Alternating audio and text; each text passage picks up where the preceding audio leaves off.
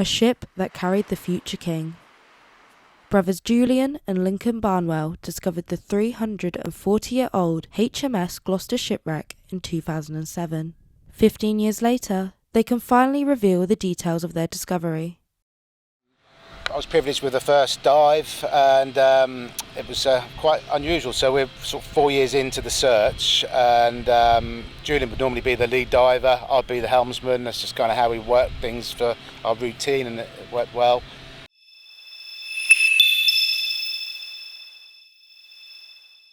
In 1999, Daniel DeGale became the first black person in the UK to receive a life-saving stem cell transplant from an unrelated donor. However, the 6-year wait and having to take various toxic drugs had an adverse effect on Daniel's body, causing him to die from multiple organ failure at the age of 21. The thing that drives us the most is that we do not want people to have to wait for those lengths of times, because it is detrimental to their long-term health, as we sadly found out for ourselves.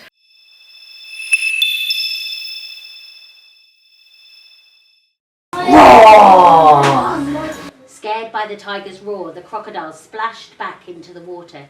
It swam to the marshes on the other side of the river. I think to be recognised as doing something that's special and that makes a difference is really lovely. We don't do this for awards and things, because we do it because we love it. But for other people to see value in what we do is just wonderful, and it makes me really proud.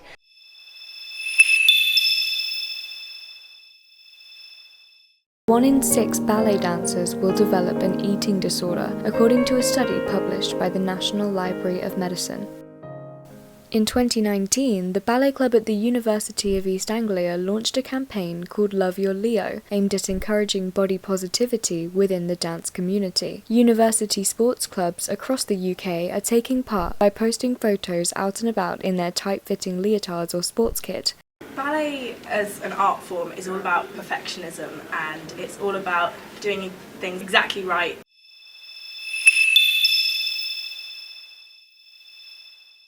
Back on the road again, Kevin has been a taxi driver in Norwich for 26 years and has now returned to the job after the national lockdowns. When I heard it on the news that Boris said that we all had to stay at home and isolate, that's exactly what I done. I came back to work about 7-8 days ago. It's nice to be back.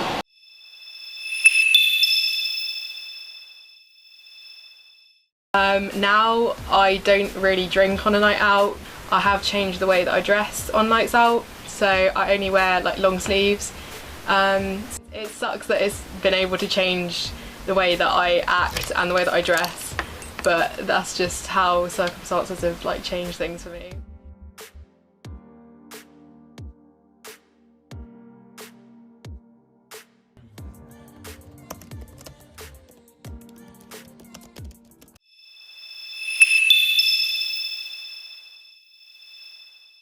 There was an elderly lady came in and she did her shopping, and then we put it through the till and it was £7.80, and she burst into tears, and I thought, oh, she hasn't got £7.80, and she said, no, she said, I've got £30, but I can go and put £20 on my fuel card now, so I can actually cook the food over the weekend, so that was really nice. This is the story of just one of the 400 people using the social supermarket at Peggotty Road, Great Yarmouth. The community centre has already seen an influx of users within its first month being open, showing that there is a real need for places like this.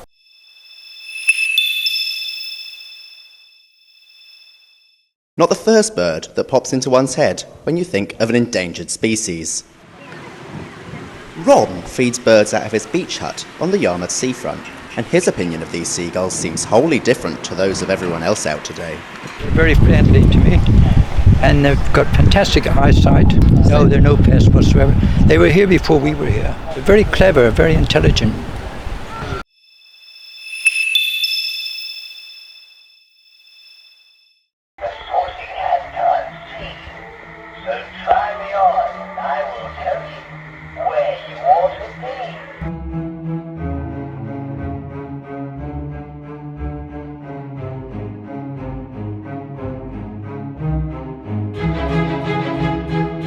It's the Muddy Stilettos Awards, and it's for Best New Lifestyle Startup.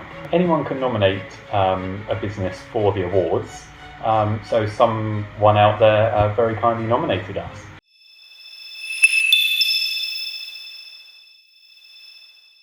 It's a fairly calm news day for the ITV Anglia team here in Norwich. But for Mike, his time in the newsroom will become less frequent as he takes a step back from his role of 5 years. It's been a pretty full-on time. The role of head of news is 24/7 because if you're working in news, you kind of never really switch off.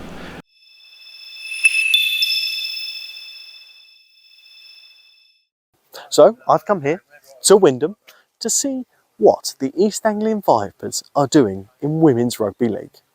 Let's get stuck in. Club captain Stacey has been playing rugby from a young age and has been playing for nearly 20 years. Seeing rugby become more accessible to young girls makes her proud. When I was playing rugby at a younger age, it was very much just unheard of sort of thing, and a majority of it was all under 18s and under 16s. There was nothing really large for like a women's scale.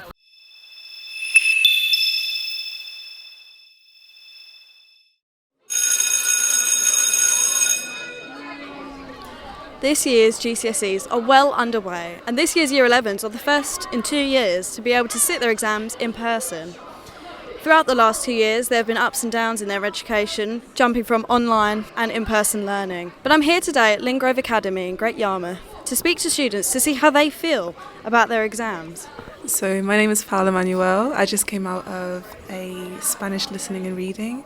It went okay. It wasn't what I expected exactly because it was 2 exams in one.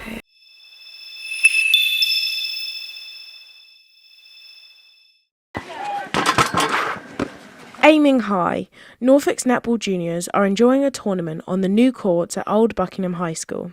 Well, a lot of these youngsters will train each week at their local teams and clubs, but there isn't at the moment. Our junior netball league's not back up and running due to COVID, so really it's just getting them out playing and enjoying it. Dad, look where you ran! You ran to the same place!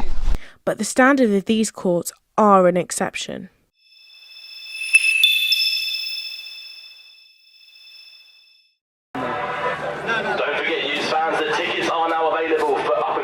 COVID deaths are on the rise. Calls for tighter regulations are gaining momentum, and sporting events may yet again face restrictions. I spoke to a Cambridge fan of 40 years to ask how reduced attendances affected player performance. I came to 3 or 4 games that we were allowed to come to, and we didn't play particularly well. I think we only won one of them, and that was against Colchester.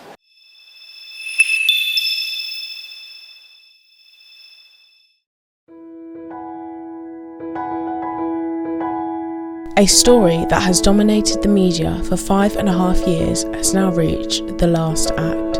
My name is Richard Ratcliffe. I am sitting here on hunger strike in front of the Foreign Office, slightly damp pavement today. It's been raining on us this morning. We've got a couple of tents, the tent that I'm sleeping in, a couple more of supporters that do a rota stay over, and we've been here now for 18 days. Iranian-British dual citizen Nazanin Zaghari Ratcliffe was initially arrested in 2016 after being accused of plotting to overthrow the Iranian government.